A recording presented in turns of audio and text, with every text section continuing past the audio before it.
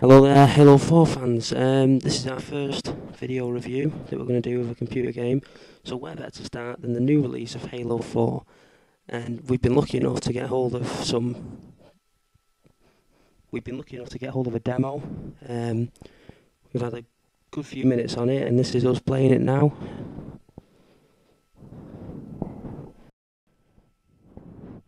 This is me playing on the demo now. We got it exclusively.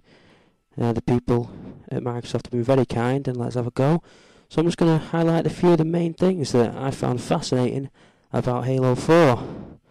The most fantastic thing I've found so far is that if you look on some of the guns, at the back of the gun on the screen, they've got like numbers on them, and that will tell you how many bullets you've got left in that round. That's not overall how many bullets you've got left. Obviously, if you reload, it goes back to 60. I think it's 60. Yeah, 60. It goes back to 60. Another fantastic feature is the grenades. Like that, you can throw a grenade and hopefully blow up your enemy.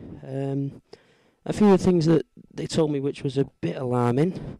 It's a 2-disc game, so there will be 2 discs to sort of encapsulate the full game, which is a bit annoying if you were hoping to install it onto your hard drive and you haven't got a massive hard drive. You're going to be stuck with a choice. You know, obviously you complete disc 1, then uninstall that, install disc 2, and then start working on that, which I mean, it's a slight thing, but overall it seems like an absolutely fantastic game. The first person thing, which I think is a new feature which they've brought in, quite annoying. I prefer third person shooters where you're sort of behind it, so thinking Grand Theft Auto, Saints Row, The Amazing Spider-Man, things like that, where you're sort of behind the character. My one major criticism of Halo 4 is just how violent it is. It is really, really violent.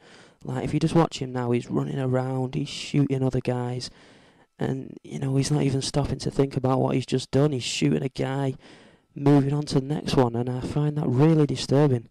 Another thing that annoys me is in the multiplayer mode, there's a lot of repetition on the maps. You know, you sort of run round and you run round again, and you're not finding new things out, you're just running round and shooting people or getting shot, whichever's your preference.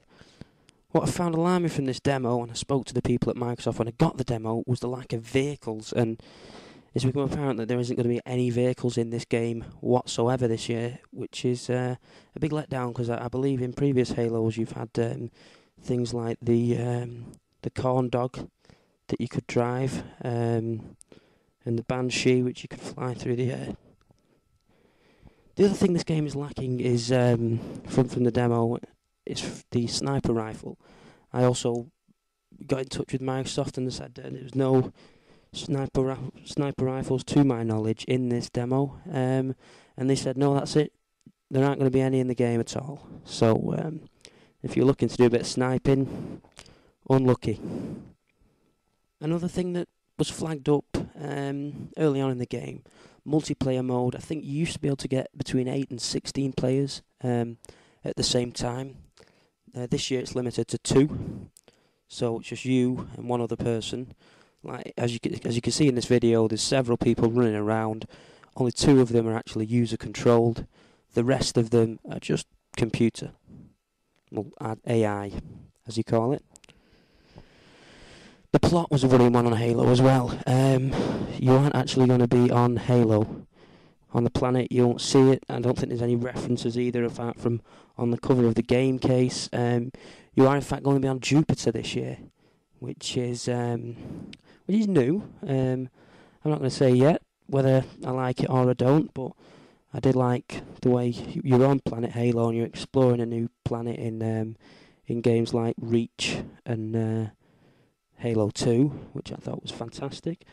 But it might be fun on Jupiter. We'll see how that goes. Another worrying thing is the cast, the voice actors this year.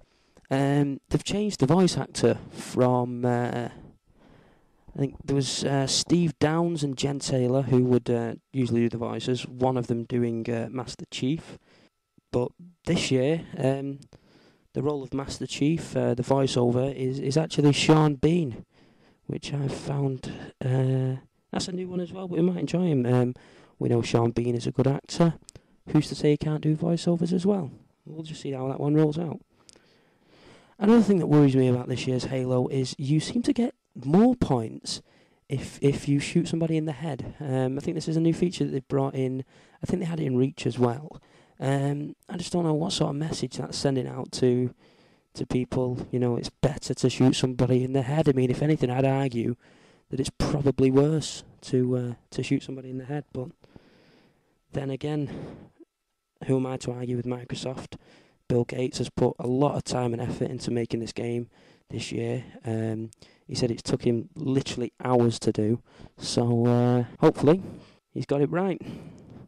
Anyway, regardless of all the pros and the cons, I think from the gameplay, the graphics were great. Like I said, very repetitive in multiplayer mode, but I rarely play multiplayer. I'm more of a storyline guy and then turn it off.